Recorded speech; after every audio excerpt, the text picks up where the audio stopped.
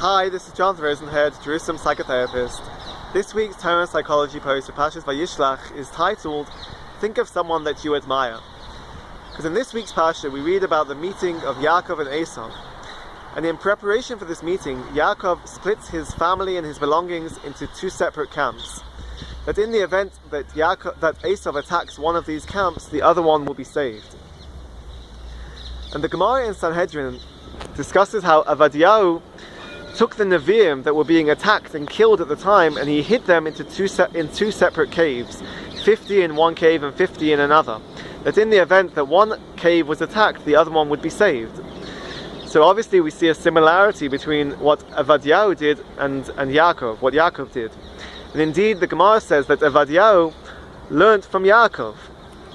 But the Maharsha asks, what made the Gemara say that Avadiyahu learned from Yaakov? Perhaps Avadiyahu came up with a solution for himself. I'd like to take this question of the Maharsha and give a therapeutic interpretation.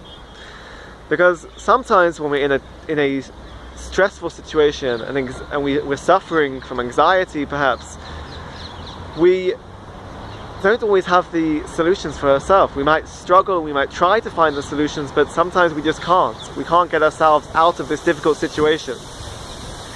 And this is where therapy comes in. And in particular, a therapeutic technique which is used in CBT in treating anxiety is guided imagery. And one example of guided imagery is when the therapist will say to the client, think of someone that you admire and that you respect. And through guided imagery, they will place the person they respect into the situation that they themselves are struggling with.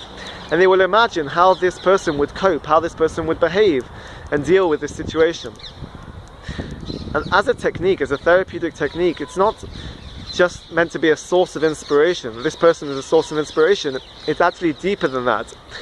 Because the client will be encouraged to go into great detail, into minute detail of what this situation looks like, what the person looks like, what the setting is like, and to play it out in their minds, so that they themselves, in a way, become this person. There's an integration between the strength of this person that they admire and what the client's own personality, so that they themselves learn and feel that they can cope with their anxiety. And perhaps this is the message that we can take from Yaakov and Avadiyahu and the question of the Maharsha. Perhaps Avadiyahu didn't have the ability to cope with the situation. He was in a very stressful situation and he didn't have the solution. But he had Yaakov Avinu.